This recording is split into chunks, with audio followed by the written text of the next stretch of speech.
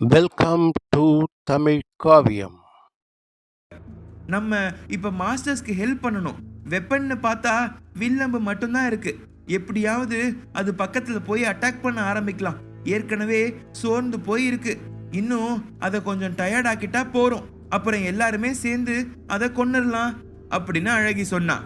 அவ சொன்ன idea work out ஆகும்னு எல்லாருக்கும் தோணுச்சு. வீரா, அழகி, காலா, யோகி அவங்க கூட இன்னும் 5 பேரு ஜாயின் பண்ணாங்க. ஒரு பொசிஷன்ல நின்ன உடனே ஒருத்தருக்கு ஒருத்தர் சிக்னல் காட்டிக்கிட்டு ஒரே சமயத்துல அம்ப விட்டாங்க. அங்கதான் ஒரு மேஜிக் நடந்துச்சு. பாதி தூரம் வரைக்கும் போன அம்பு திடீர்னு நின்னு இவங்க பக்கம் திரும்பி அதே வேகத்தோட இவங்க மேல பாய வந்துச்சு. எல்லாரும் ஒரே சமயத்துல குனிஞ்சு எப்படியோ எஸ்கேப் ஆயிட்டாங்க. சுகி மாஸ்டர் அப்பதான் பசங்களை கவனிச்சாரு. அவங்க என்ன பண்ணி இருப்பாங்கன்னு புரிஞ்சுக்கிட்டு, பசங்களா இங்க வாங்க அப்படின்னு கூப்பிட்டாரு. எல்லாரும் வந்த உடனே, நீங்க எய்ம் பண்றது கரெக்ட், ஆனா பறவை முன்னால இருந்து பண்ணக்கூடாது. அதுக்கு சில பவர்ஸ் இருக்கு. எல்லாரும் மரத்து மேல ஏறுங்க, அது கண்ணுக்கு தெரியாம அம்பு விடுங்க, அப்போ உங்க டார்கெட் கரெக்டா இருக்கும் அப்படின்னு சொல்லி கொடுத்தாரு. அடுத்த நிமிஷம் எல்லாரும் ஒவ்வொரு மரத்துக்கு தாவுனாங்க. அந்த பக்கம் கிட்டத்தட்ட 7 மாஸ்டரை அந்த பறவை அடிச்சு தூக்கி போட்டுட்டு இருந்துச்சு. மிச்சம் இருக்கிறது சுகியும் 3 மாஸ்டர்ஸும் மட்டும்தான்.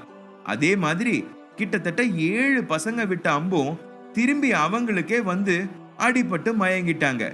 இன்னொரு பக்கம் பாதி பேர் முடியாம ஓரமா உட்கார, இப்ப வீரா அண்ட் டீம் சுகி 3 மாஸ்டர்ஸும் ஒரு பக்கம்னு அந்த ராட்சச பறவை எதிர்பக்கமும் ஃபைட் பண்ண தயாரா இருந்தாங்க. சுத்தி இருக்கிறவங்களை விட சுகிக்கு தான் பொறுப்பு அதிகம். ராணா கேட்டா அவர் மட்டும்தான் பதில் சொல்லணும். இதுல இப்படி ஒரு விபரீதம் நடக்கும்னு அவர் எதிர்பார்க்கல. எல்லா ஸ்டேஜ் பசங்களும் அவங்களால முடிஞ்ச அளவுக்கு விட்டு கொடுக்காம சண்டை போட்டாங்க.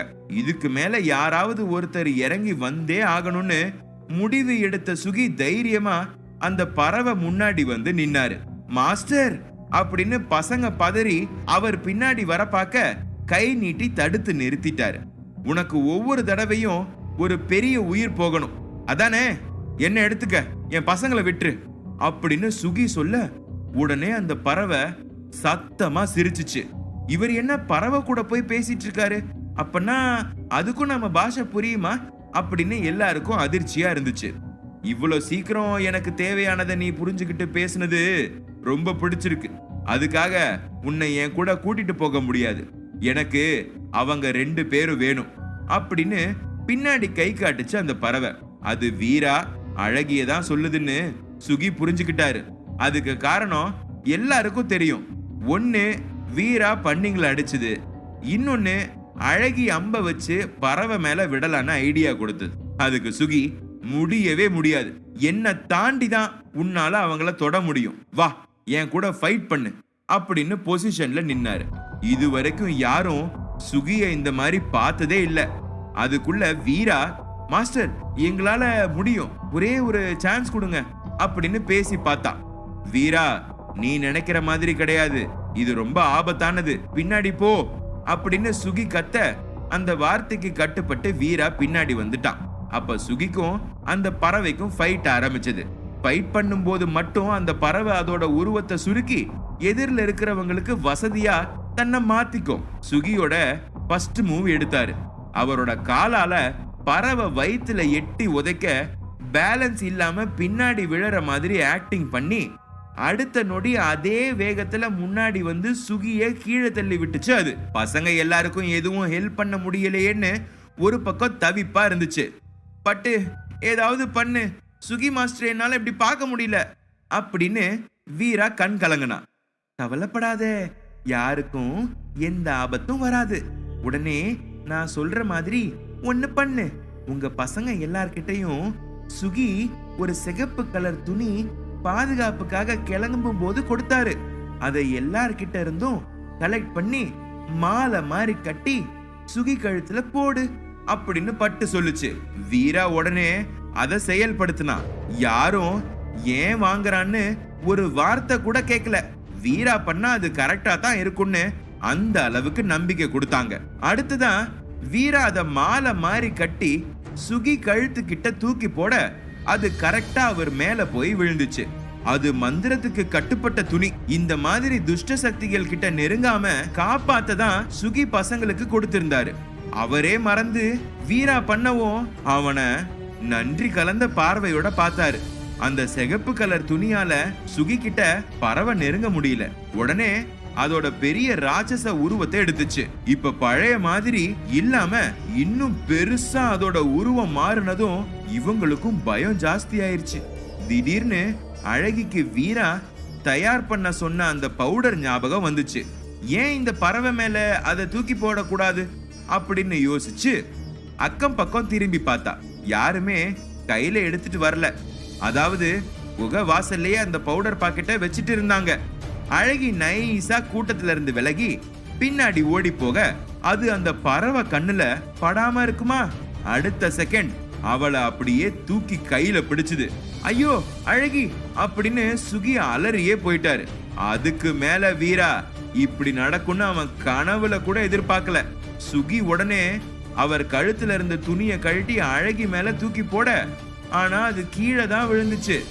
அதுக்கும் மேல ஒருத்தர் மட்டும்தான் அதுக்கு பவர் இருக்கும். சுகி கிட்ட இருந்து வேற யார் கழுத்துக்கு மாறினாலும் அந்த பவர் ஒர்க் அவுட் ஆகாது. சுகிக்கும் அது நல்லாவே தெரியும்.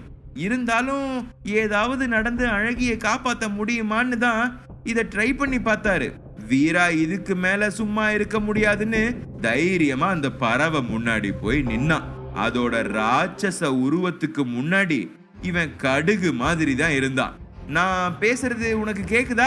அந்த காடே அலற அளவுக்கு வீரா கத்த குனிஞ்சு அந்த பறவை இவனையும் தூக்கிடுச்சு. அவ்வளவுதான்னு எல்லாரும் வாயில கை வச்சிட்டாங்க.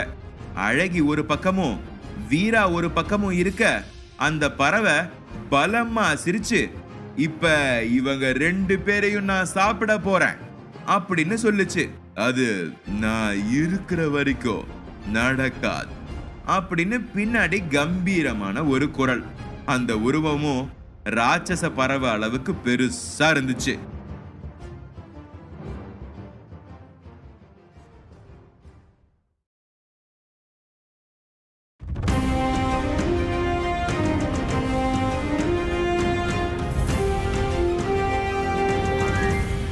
எபிசோட் 54.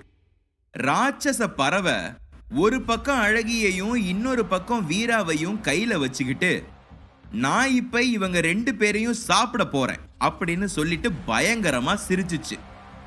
சாதாரணமா மனுஷனா இருந்தா எல்லாரும் சேர்ந்து அட்டாக் பண்ணலாம். இந்த ராட்சச உருவத்தோட பவர் யாருக்கும் முழுசா தெரியாது. இப்ப எப்படி 2 பேரையும் காப்பாத்துறதுன்னு தெரியாம மொழி பிதுங்கி பயந்துட்டு இருந்த சமயம் அந்த சத்தம் கேட்டுச்சு. அதே சத்தம் எப்படி இந்த பறவை முதல் தடவை அவங்க முன்னாடி வரும்போது கேட்டுச்சோ அதே மாதிரி இருந்துச்சு. அந்த உருவம் யாருன்னு தெரியல. அதோட முகம் மூடி இருந்துச்சு. அந்த உருவத்தை பார்த்த உடனே இந்த பறவை, வா, உனக்காக தான் இவ்வளவு நேரம் காத்துட்டு இருந்த. ஏதோ என் இடத்துக்கு வர முடியாது, உன்னால என்ன தொட முடியாதுன்னு பெருமையா பேசுவ, இப்ப என்ன சொல்ற அப்படின்னு வீராவையும் அழகியையும் காட்டி கேட்டுச்சு. இப்பவும் உன்கிட்ட போட்ட சவால்ல நான் தான் ஜெயிச்சேன் அப்படின்னு அந்த உருவம் மார்தட்டி சொல்லுச்சு. உடனே அந்த பறவைக்கு கோவம் வந்துச்சு. அப்படியா, இப்பவே இவங்க 2 பேரையும் உன் கண்ணு முன்னாடி கொன்னு அதோ உனக்கு பின்னாடி பயந்துட்டு இருக்காங்களே அவங்களையும் உன் எதிரில போடுறேன் பாரு அப்படின்னு சவால் விட்டுச்சு. அதுக்கு அந்த உருவம் சத்தமா சிரிச்சு, இதோ இப்ப பேசுனியே, இதுதான் நீ பயந்துட்டேன்னு சொல்லாம சொல்லு. தைரியம் இருந்தா என்ன போட்டுட்டு அப்புறம் இவங்கள நீ என்ன வேணும்னாலும் பண்ணு அப்படின்னு சொல்லுச்சு. அடுத்த செகண்ட் அந்த பறவை தன்னோட உருவத்தை சின்னதா மாத்தி வீராவையும் அழகியையும் கீழே விட்டது. இந்த பக்கம் அந்த உருவமும் அந்த பறவைக்கு இணையா வந்து நிக்க, சுத்தி இருந்த சுகியும் மாஸ்டர்ஸும் ஒத்த கால மடக்கி கீழே உட்கார்ந்து வலது கைய இடது தோள் மேல வச்சு மரியாதை கொடுத்தாங்க. அடுத்ததா யோகி, ஸ்டூடெண்ட்ஸ் எல்லாரும் என்ன மாதிரி பண்ணுங்க அப்படின்னு சொன்னான். அதுக்குள்ள வீராவும் அழகியும் ஓடி வந்து பசங்க கூட ஜாயின் பண்ணிக்கிட்டாங்க. யோகி சொன்ன மாதிரியே எல்லாரும் மரியாதை கொடுத்து எழுந்த சமயம் நெற்றிக்கண் வீராக்கு துடிக்க ஆரம்பிச்சுது. உடனே வீரா நெத்தியில கை வச்சு, நீ வந்துட்டியா, நான் உன்னை ரொம்ப மிஸ் பண்ணேன் அப்படின்னு கண் கலங்குனான். நான் கூட தான் இருக்கேன், உன்னை ரொம்ப மிஸ் பண்ணேன் அப்படின்னு பட்டு சொல்ல வீரா அதை முறைச்சு பார்த்தான். ஏய், ஏன் அப்படி பாக்குற? அந்த பறவை உன்னை ஜெயிண்ட் வீல் மாதிரி எவ்வளோ ஹைட்ல கூட்டிட்டு போச்சு, என்ன அதுல நீ சேர்த்துக்கிட்டியா அப்படின்னு பட்டு சண்டை போட ஆரம்பிச்சது. ஆமா, நான் ட்ரிப்புக்கு போயிட்டு இருந்தேன், உன்னை கூட்டிட்டு போகாம விட்டது என் தப்பு தான் அப்படின்னு தலையில அடிச்சுக்கிட்டான் வீரா. அதே சமயம் திரும்பவும் நெற்றிக்கண் வேகமா துடிக்க உடனே பட்டு, உன் எதிரில் இருக்கிறது யாருன்னு கண்ணை மூடி தெரிஞ்சுக்க வீரா அப்படின்னு சீரியஸ் டோன்ல சொல்லுச்சு. கண்ணை மூடி அழகியையும் அவனையும் காப்பாத்தின உருவத்தை பார்த்த வீராவாய் ராணா மாஸ்டர் அப்படின்னு முணுமுணுத்துச்சு. ஆமா, வந்தது மாஸ்டர்ஸ்க்கு எல்லாம் மாஸ்டர், இந்த சாம்ராஜ்யத்துக்கு முடிசூடா மன்னன் ராணாதா. பட்டு இது அப்படின்னு அதுக்கு மேல வீராக்கு வார்த்தையே வரல. ஆமா வீரா, நேத்து பௌர்ணமி, அதனால அவரால எதுவும் பண்ண முடியல. உனக்கும் நெற்றிக்கண் பவர் இல்லாம இருந்துச்சு, இனிமே நடக்க போற விளையாட்டை மட்டும் வேடிக்கை பாரு அப்படின்னு பட்டு சொல்லுச்சு. இங்க சுகியும் அதுக்குள்ள நம்மளை காப்பாத்த ராணா மாஸ்டர் வந்துட்டாரு அப்படின்னு பசங்க கிட்ட சொல்லிட்டாரு. அவ்வளவுதான், அது வரைக்கும் பயந்துட்டு இருந்த கலங்களா இருந்த எல்லா கண்ணும் ராணாவை பெருமையாவும் கடவுளாவும் பார்த்துச்சு. இங்க அந்த பறவை ராணா 2 பேருக்கும் எவ்வளவு மூவ்ஸ் வச்சுக்கலாம் அப்படின்னு கேட்டுச்சு. 2 மூவ் வச்சுக்கலாம் அப்படின்னு ராணா சொன்னாரு. ஃபர்ஸ்ட் மூவ், பறவை நேரா ராணா காலை தட்டி விட பார்க்க அதுக்குள்ள குமிச்சு இருந்த அது வாயில ஒரு குத்து விட்டு கீழே தள்ளுனாரு ராணா. பசங்க எல்லாம் ஊ அப்படின்னு கத்தி ஜோரா கைத்தட்ட சுகி அவங்கள அடக்குனாரு. நீங்க பண்ற ஒவ்வொரு ஆக்ஷனும் நம்ம மாஸ்டருக்கு ஆபத்தா முடிய சான்ஸ் இருக்கு பசங்களா, தயவு செஞ்சு ஃபைட் முடியற வரைக்கும் யாரும் எதுவும் பேசாம அமைதியா இருங்க அப்படின்னு சொல்லிட்டாரு. இப்ப ராணாக்கு ஒரு பாயிண்ட் கிடைச்சிச்சு, இன்னும் ஒரே மூவ் தான் பாக்கி இருக்கு. அதனால அந்த பறவை ஸ்மார்ட்டா ஒரு டீல் பேசுச்சு. அடுத்த பாயிண்ட் ஒருவேளை எனக்கு கிடைச்சதுன்னா இந்த ஃபைட் டைல முடிஞ்சிடும் ராணா, அதனால நான் ஒரு ஐடியா சொல்லவா அப்படின்னு பறவை கேட்டுச்சு. அது எப்படி ஃபைட் நடக்காம நீயே முடிவு பண்ணலாம், ஒருவேளை நான் கூட ஜெயிக்கலாமே அப்படின்னு ராணா சொன்னாரு. எப்போதுமே என் ஸ்டைல் விட்டு பிடிக்கிறது தான், கண்டிப்பா நான் தான் ஜெயிப்பேன். சும்மா பேசிட்டு இருக்கிறது வேலைக்கு ஆகாது, நான் சொல்ற டீலுக்கு நீ ஒத்துக்கிட்டா நான் ஃபைட் பண்றேன், இல்லன்னா இன்னும் கொஞ்ச நேரத்துல நீ எதிர்பார்க்காத அளவுக்கு பேரழிவு உன் ஊருக்கு நடக்கும் அப்படின்னு மிரட்டுச்சு அந்த பறவை. ஒரு நிமிஷம் கண்ணை மூடி யோசிச்ச ராணா, டீல் என்ன அப்படின்னு கேட்டாரு. ஒருவேளை நீ தோத்துட்டா உங்க ஊரு எனக்கு தாரவாத்து கொடுக்கணும் அப்படின்னு சொல்லுச்சு.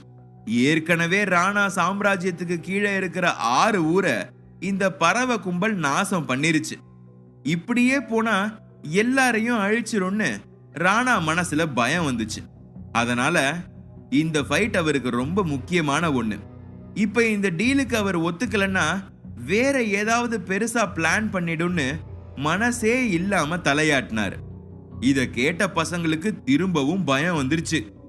என்னதான் ராணா மேல நம்பிக்கை இருந்தாலும் எப்படியாவது ஜெயிக்கணும்னு மனசுக்குள்ள துடிச்சாங்க. இங்க வீரா, ஏன் பட்டு அதான் நெற்றிக்கன் வந்துருச்சே, என்னால ஏதாவது மாஸ்டருக்கு ஹெல்ப் பண்ண முடியுமா அப்படின்னு தவிப்பா கேட்டான்.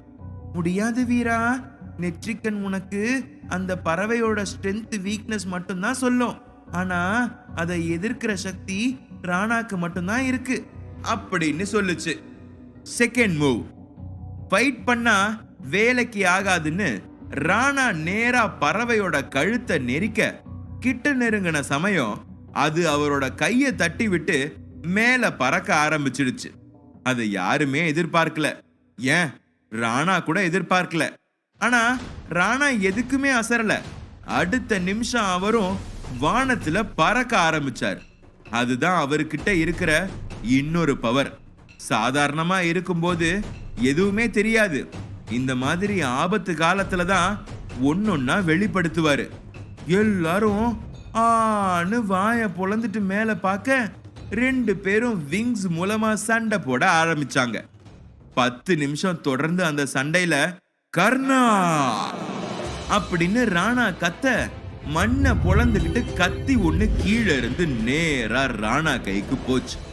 அந்த கத்திய கையில பிடிச்ச ராணா ஒரே வெட்டு எதிரில இருந்த பறவை கீழே விழுந்து துடிச்சு செத்து போச்சு.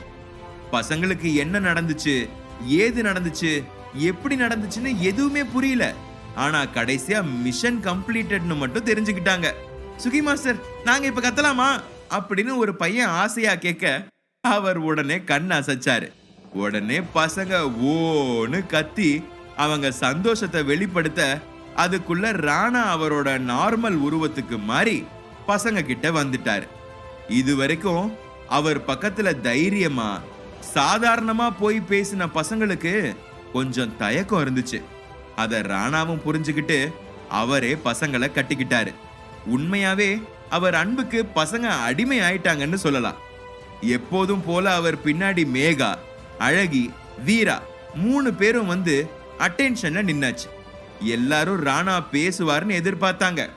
ஆனா அவர் அடுத்தடுத்து பிளான்ஸ் போட ஆரம்பிச்சிட்டாரு.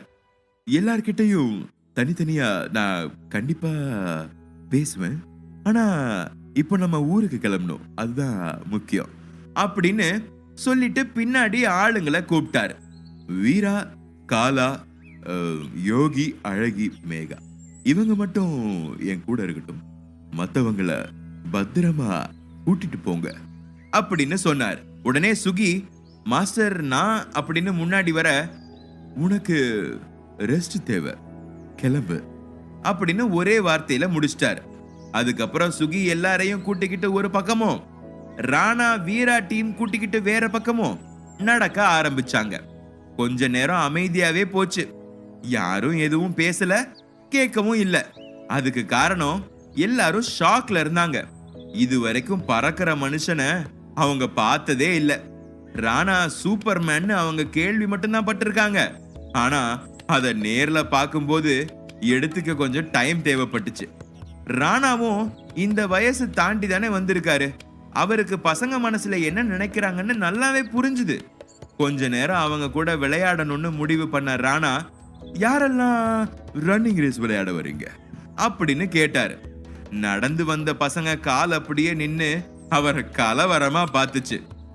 என்னப்பா பதில் சொல்லாம அப்படி என்ன பாக்குறீங்க, என் முகத்துல என்ன எழுதி இருக்குன்னு அப்படின்னு ராணா சிரிச்சாரு.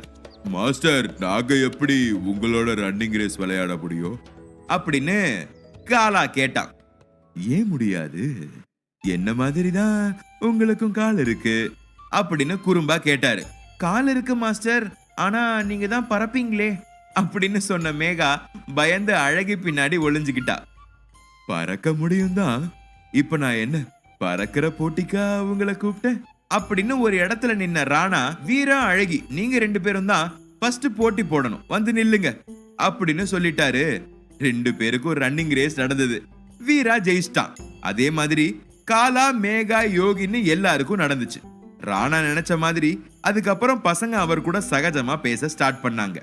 நீங்க காட்டுக்குள்ள வரும்போது சுகி எல்லாருக்கும் நிறைய மூலிகை இலைய கொடுத்திருப்பார்.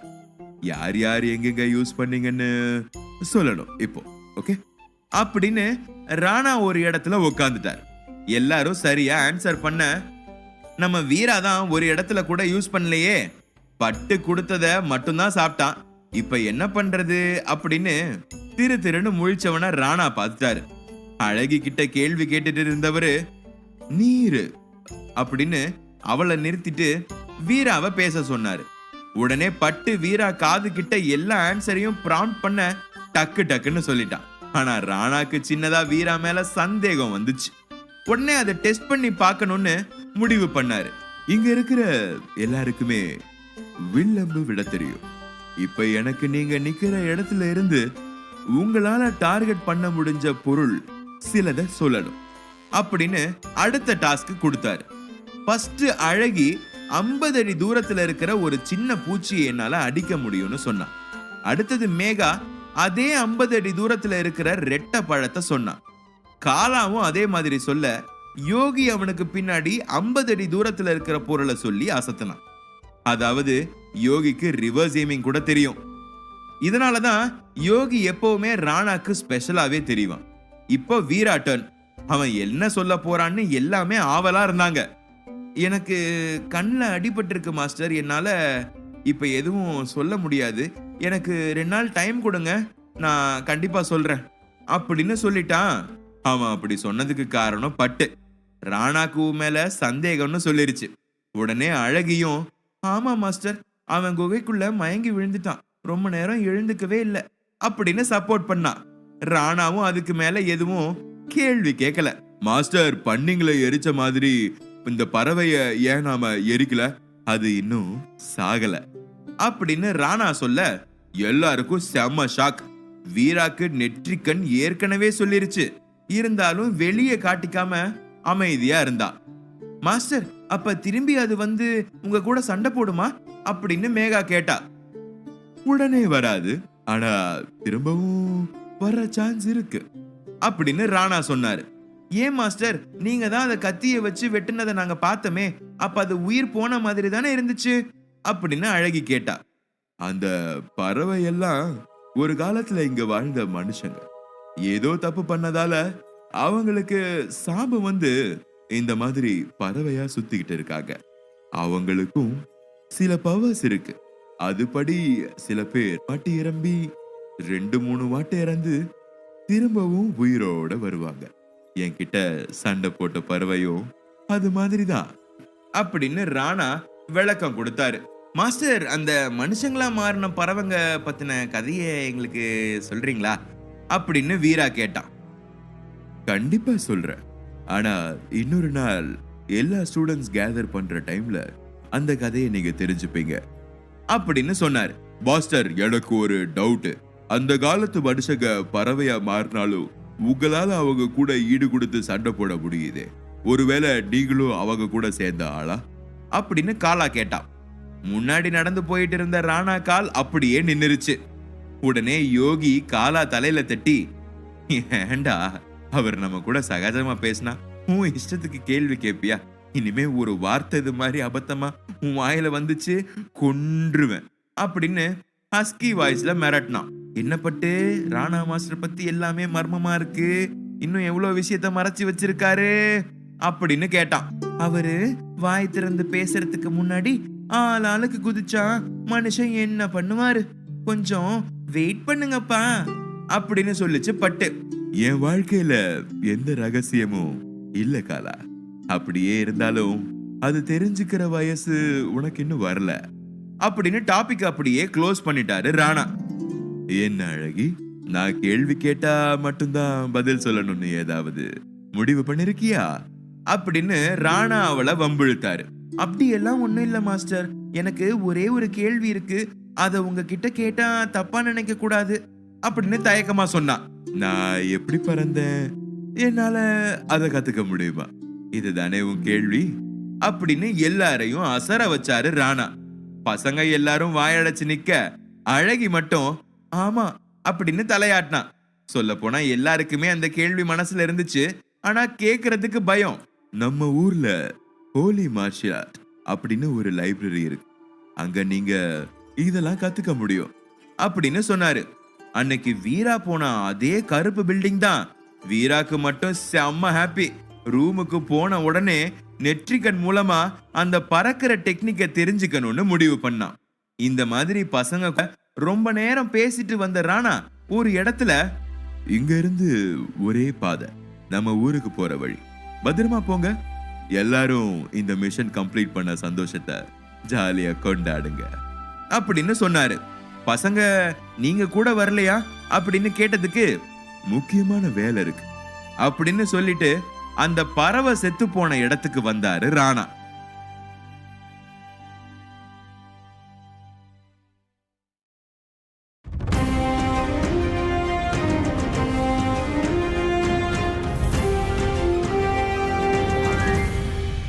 எபிசோட் 55.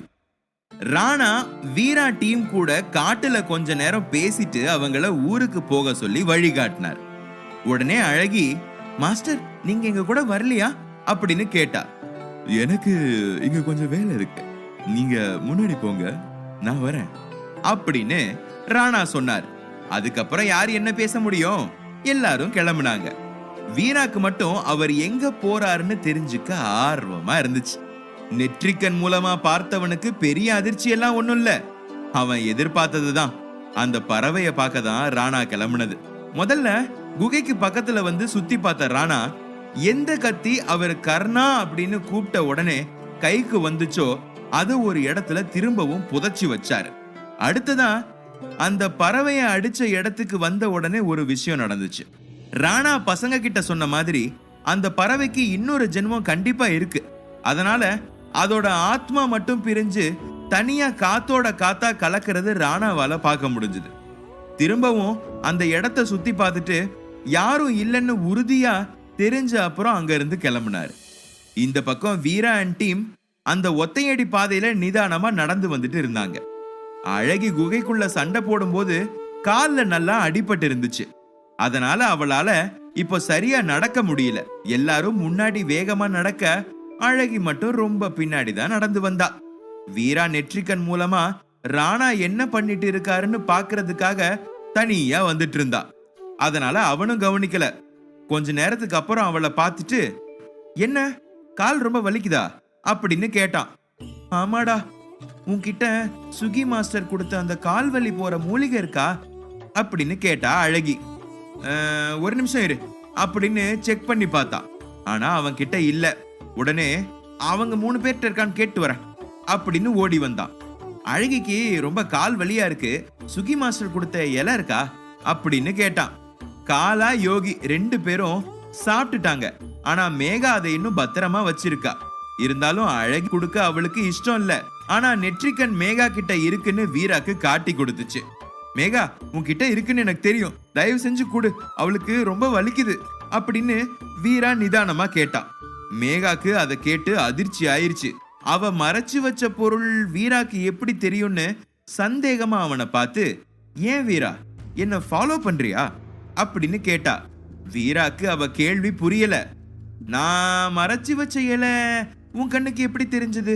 இப்பவே சொல்றியா இல்ல ராணா மாஸ்டர் முன்னாடி உன்னை நிக்க வச்சு அசிங்கப்படுத்தட்டுமா அப்படின்னு கோவமா கேட்டா. வீராக்கு வசமா மாட்டிக்கிட்டது நல்லா தெரிஞ்சது. நெற்றிக்கண் பத்தி யார்கிட்டையும் சொல்ல முடியாது. பட்டுவும் எனக்கு கொஞ்சம் வேலை இருக்குன்னு அப்பதான் கிளம்பி போச்சு. இப்ப என்ன பண்றது அப்படின்னு யோசிச்சான். அதுக்குள்ள காலா, பொண்ணுங்க கிட்ட பேசுறது தப்பு கிடையாது, ஆனா அவங்கள தப்பான பார்வை பார்த்தா ராணா சாம்ராஜ்யத்துல தண்டனை பெருசா கிடைக்கும் அப்படின்னு நல்லா பயமுறுத்தினான். அதை கேட்டு வீராக்கு கோபம் வந்துச்சு. என்ன விட்டா 2 பேரும் ரொம்ப ஓவரா பேசிட்டு இருக்கீங்க, இவளும் அழகியும் ரொம்ப நடந்து ஓடி எதுவும் பண்ணல, அதனால இவகிட்ட இருக்குமோன்னு ஒரு கெஸ்ட்ல கேட்டேன் அப்படின்னு சமாளிச்சான் வீரா. அப்படி பார்த்தா அழகியும் அவகிட்ட வச்சுட்டு இருக்கணும்ல, போய் சொல்லி இருக்கலாம், கொஞ்சம் உன் ஃப்ரெண்டை நல்லா செக் பண்ணு அப்படின்னு மேகா நக்கலா சொன்னான். உடனே யோகி, உனக்கு அறிவே இல்லையா மேகா, ஒருத்தி அங்க வலின்னு துடிச்சிட்டு இருக்கா, உனக்கு கொடுக்கணும்னு இருந்தா கொடு, இல்லனா வாய மூடிட்டு எல்லாரும் அவளுக்கு ஹெல்ப் பண்ணலாம் வாங்க அப்படின்னு முன்னாடி நடந்தா. மேகாவுக்கு யோகி மேல அவ்வளவு கோவம் வந்துச்சு. அவளே வீராவை எங்க மாட்டி விடலாம், அவனோட பேரை எங்க கெடுக்கலான்னு வெயிட் பண்ணிட்டு இருந்தா. அல்வா மாதிரி அவனே ஒரு பிரச்சனையை எடுத்துட்டு வரும்போது இந்த யோகியை யாரு நடுவுல வர சொன்னதுன்னு அவனை கொலை வெறியில பார்த்து வச்சா. இந்த பக்கம் யோகி, அழகி கால் எங்க அடிபட்டு இருக்குன்னு காமி அப்படின்னு உரிமையா அவளை தொட போனா. ஐயோ, யோகி பெருசா எதுவும் இல்ல அப்படின்னு அவ காலை மடக்கிட்டா. யோகியை பொறுத்த வரைக்கும் வீராவும் அழகியும் க்ளோஸா இருந்தாலும் அவனுக்கு அழகிய ரொம்ப பிடிச்சு போச்சு. அதுக்கு காரணம் ராணா கிட்ட அன்னைக்கு அவனை மாட்டி விடாம பேசியே கவரை பண்ணது மட்டும்தான். ஏ அழகி, நம்ம எல்லாரும் ஃப்ரெண்ட்ஸ், ஒருத்தருக்கு ஒருத்தர் காட்டுல ஹெல்ப் பண்ணிக்கணும்னு சுகி மாஸ்டர் சொல்லிதானே அனுப்பியிருக்காரு, இப்ப எதுக்கு இவ்வளவு கூச்சப்படுற காமி அப்படின்னு திரும்பவும் அவ காலை தொட போனான். அழகிக்கு என்னடா இவனோட ஒரே தொல்லையா போச்சு அப்படின்னு மானசீகமா தலையில அடிச்சுக்கிட்டா. இந்த பக்கம் வீரா காலா மேகாவை சமாளிச்சுக்கிட்டே எதேர்ச்சியா அழகி பக்கம் திரும்பினா. யோகி அழகி கிட்ட நெருங்கி உட்காந்து பேசிட்டு இருக்கிறத பார்த்துட்டு தந்தூரி அடுப்ப ஸ்ட்ரெயிட்டா வயிற்றுல வச்ச மாதிரி தாகா தாகான்னு எரிஞ்சது அவனுக்கு. அதுக்கு ஏத்த மாதிரி மேகாவும் சும்மா இல்லாம வள வளன்னு பேசிட்டு இருந்தா. வீரா அவளை கையெடுத்து கும்பிட்டு, நீ முத நாள் என்கிட்ட பேசும்போது ரொம்ப நல்ல விதமா எனக்கு தோணுச்சு. அதனால ஒரு ஃப்ரெண்டு அப்படிங்கிற முறையில உரிமையா உன்கிட்ட விளையாடினேன். அதுக்கு நீ இவ்வளவு தூரம் பேச வேணாம், என் மேலதான் தப்பு இருக்கு அப்படின்னு கிளம்பிட்டான். வீரா கோவப்படுவான். அதை வச்சு ஏதாவது வம்பலுக்கலான்னு நினைச்சிட்டு இருந்த மேகாக்கு சாப்புன்னு ஆயிடுச்சு. இவன் என்னடா இவ்வளவு தூரம் இறங்கி வந்து மன்னிப்பு கேட்கிறான் அப்படின்னு குழம்பி போய் காலா கிட்ட புலம்ப ஆரம்பிச்சா. அவ எது பண்ணாலும் காரணம் இருக்கும், கொஞ்சம் திரும்பி பாரு அப்படின்னு யோகி அழகிய காட்டினான். ஓ, பொறாமையில தான் இந்த அளவுக்கு இறங்கி வந்துட்டானா? அதானே பார்த்தேன். எனக்கு தெரிஞ்சு அழகிக்காக வீரா என்ன வேணும்னாலும் பண்ணுவான் காலா. அவளை வச்சு இவனை மணக்கலாம் அப்படின்னு ஒரு திட்டத்தோட அழகி பக்கம் வந்தாங்க. இங்க யோகி வீரா வர்றதுக்குள்ள அழகி கால் வைக்க வசதியா குச்சி எல்லாம் ரெடி பண்ணி அவனே அவ காலை தூக்கி வச்சு வலி இல்லாம பாத்துக்கிட்டான். இந்த பக்கம் வீரா நெற்றிக்கண் ஹெல்ப் எடுத்துக்கிட்டு அழகிக்காக கால்வலி மூலிகை இலை எங்க இருக்குன்னு தேடி போனான். பட்டு வேற கூட இல்லாததுனால அவனுக்கு ஒரு கை போன மாதிரி இருந்துச்சு. இருந்தாலும் அழகி கால்வலியில துடிக்கிறது வீராவால பார்க்க முடியல. ரிஸ்க் எடுத்துதான் காட்டோட இன்னொரு பக்கம் நடந்து போனான். ஒரு இடத்த கிராஸ் பண்ணும்போது நெற்றிக்கண் அவனுக்கு துடிச்சுது. ஒரே மாதிரி மரம் கிட்டத்தட்ட 100 அங்க இருந்துச்சு. ஒருவேளை இந்த மரத்து இலையதான் கால்வலிக்கு கொடுக்கணும்னு நெற்றிக்கண் சொல்லுதா அப்படின்னு நினைச்சு அவசர அவசரமா அதை பறிக்க ஆரம்பிச்சான். ஆனா அவனை பறிக்க விடாம பயங்கர காத்தடிக்க வீராக்கு சந்தேகம் வந்துச்சு. பட்டு இருந்தா வீராவோட எல்லா டவுட்டும் ஒரே நிமிஷத்துல கிளியர் ஆயிருக்கும். இப்போ நெற்றிக்கண் சொல்ல வர்றது எதுவுமே அவனுக்கு புரியல. திடீர்னு அவனுக்கு ஒரு ஐடியா வந்துச்சு. நெற்றி, நான் இலைய பறிக்கிறேன், அது கரெக்டா இருந்துச்சுன்னா ஒரு வாட்டி கண் சிமிட்டு, தப்பா இருந்துச்சுன்னா 2 வாட்டி கண் சிமிட்டு, அப்ப நான் புரிஞ்சுக்கிறேன், ஓகேவா அப்படின்னு கேட்டான் வீரா. உடனே நெற்றிக்கண் ஒரே வாட்டி கண் சிமிட்டி ஓகேன்னு சொல்லிருச்சு.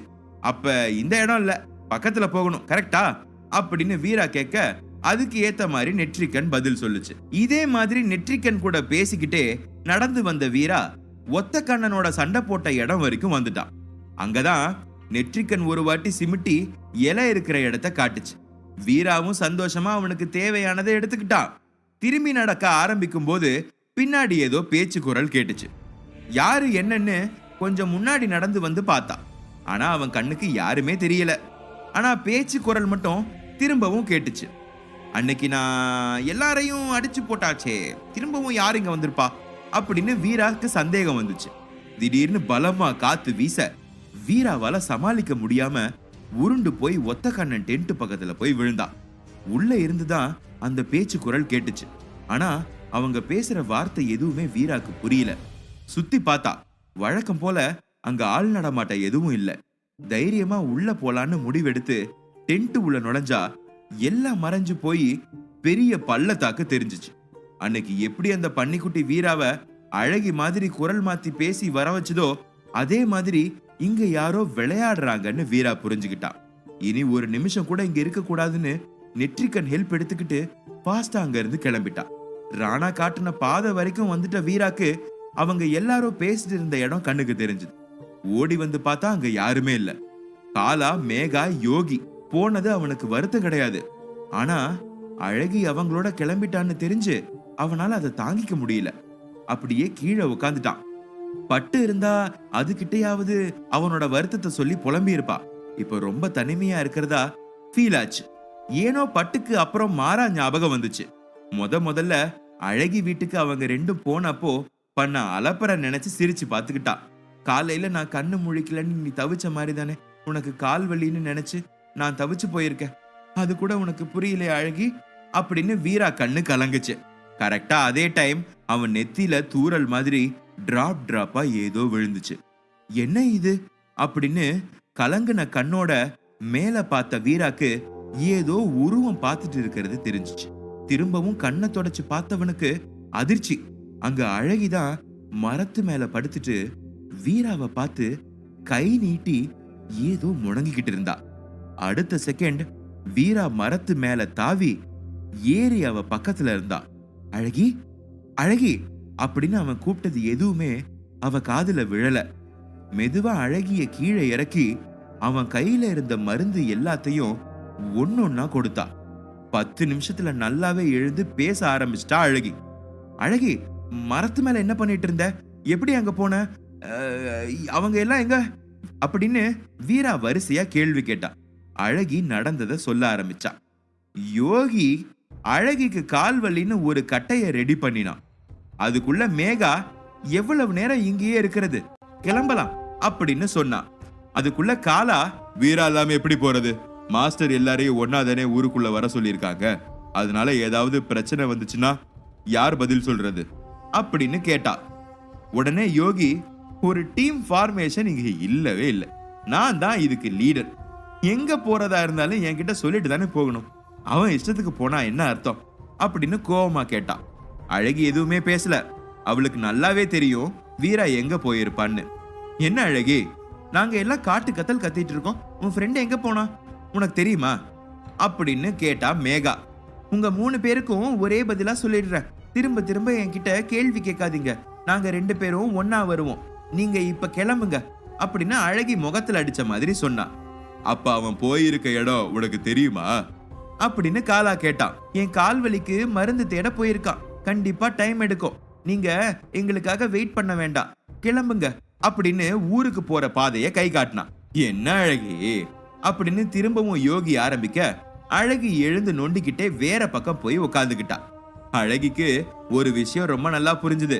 அவங்க 3 பேருக்கும் வீராவை சுத்தமா பிடிக்கல. ஏதாவது சொல்லி அவனை மாட்டி விடணும்னு குறியா இருக்காங்கன்னு தெரிஞ்சுக்கிட்டா. இதை விட அசிங்கம் நமக்கு எதுவும் இல்ல அப்படின்னு மேகா முன்னாடி நடக்க, யோகியும் காலாவும் அவ பின்னாடியே கிளம்பிட்டாங்க. அதுக்கப்புறம் தனியா இருந்த அழகிக்கு ஏதோ சத்தம் கேட்டு பயந்து மரத்து மேல போய் வீராக்காக காத்துட்டு இருந்தா. நடந்தத அழகி சொன்ன உடனே வீரா கண் சிமிட்ட மறந்து அவளைதான் பார்த்துட்டு இருந்தா. எதுக்குடி உனக்கு என் மேல இவ்வளோ நம்பிக்கை அப்படின்னு வீரா கேட்டா. நான் என்ன உன்ன மாதிரியா சந்தேகப்பட? இங்க வந்து தேடி பார்த்துட்டு நான் இல்லைன்னு தானே உன் கண்ணு கலங்குச்சு. அப்படின்னா என்ன அர்த்தம்? நான் அவங்க கூட போயிருப்பேன்னு நீ முடிவு பண்ணிட்ட, கரெக்டா அப்படின்னு கோவமா கேட்டா. அடுத்த செகண்ட் வீரா அவளை இழுத்து முகத்துல ஒரு இடம் பாக்கி இல்லாம முத்தம் கொடுத்துட்டான். அழகி அவனை தடுக்கல, தள்ளியும் விடல. கண்ணை மூடி கொடுத்த முத்தத்தை ரசிச்சு வாங்கிக்கிட்டா. வீரா உதட்ட நெருங்கும் போது நடுவுல கை வச்சு தடுத்த அழகி வேண்டான்னு 2 பக்கமும் தலையாட்டினான். வீராவுக்கு அவ என்ன சொல்ல வரான்னு புரிஞ்சுது. நம்ம 2 பேர் மேலையும் நம்பிக்கை வச்சு வீட்டு ஆளுங்க தனியா அனுப்பியிருக்காங்க, அதை நம்ம காப்பாத்தணும் அப்படின்னு அழகி கையில அழுத்தம் கொடுத்தான். சரி வா கிளம்பலாம் அப்படின்னு அழகி சொல்ல, வீரா அப்படியே அவளை கையில தூக்கிக்கிட்டான். என்னடா பண்ற, இறக்கி விடு, என் கால் வலி சரியாயிடுச்சு அப்படின்னு அழகி திமிரி இறங்க பார்க்க, அவளால முடிஞ்சாதானே. வீரா குறும்பா கண்ணடிச்சு, உனக்கு எந்த அளவுக்கு கால் வலி அப்படின்னு எனக்கு தெரியும். அது மட்டும் இல்ல, நீ காலையில எனக்காக எவ்வளவு நேரம் முழிச்சிட்டு இருந்த, இப்ப தூங்கு அப்படின்னு மெதுவா நடக்க ஆரம்பிச்சா. எங்களை எல்லாம் ஞாபகம் இருக்கா அப்படின்னு பட்டு வீரா பக்கத்துல வந்துச்சு. வீராக்கு அதை பார்க்கவே வெக்கமா இருந்துச்சு. வேற பக்கம் திரும்பிக்கிட்டான். ஐயோ அப்பா, ரொமான்ஸ் ஹீரோ, கொஞ்சம் உங்க திருமுகத்தை காட்டுங்க அப்படின்னு பட்டு அவனை கேலி பண்ணுச்சு. எனக்கு வெக்கம் இல்ல பட்டு, ஒரே ஒரு பயம் மட்டும்தான். நான் அழகி கூட இருக்கும்போது நெற்றிக்கண் என்ன தப்பா எடுத்துக்குமா அப்படின்னு தயக்கமா கேட்டான். கண்டிப்பா எடுத்துக்காது வீரா. உன்னோட காதல் விஷயத்துல ஆபத்து வந்தா மட்டும்தான் நாங்க என்ட்ரி கொடுப்போம். மத்தபடி நீ அவ கூட நெருக்கமா இருக்கிற டைம்ல நாங்க 2 பேரும் தள்ளி இருந்து சந்தோஷப்படுவோம், கவலைப்படாத அப்படின்னு சொல்லுச்சு. அதை கேட்டு வீராக்கு ரொம்ப சந்தோஷமா இருந்துச்சு. அப்படியே தூங்கிட்டு இருந்த அழகிய இன்னும் தன்னோட நெருக்கி வச்சுக்கிட்டான். அதே சமயம் இங்க ராணா கிட்ட வீரா அழகிய பத்தி போட்டு கொடுத்துட்டு இருந்தாங்க மேகா அண்ட் டீம்.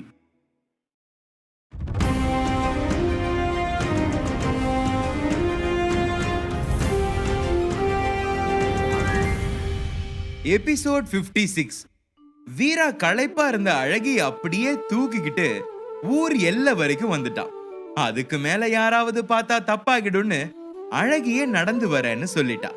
2 நன்றி. லைக் அண்ட் சப்ஸ்கிரைப் செய்யுங்கள்.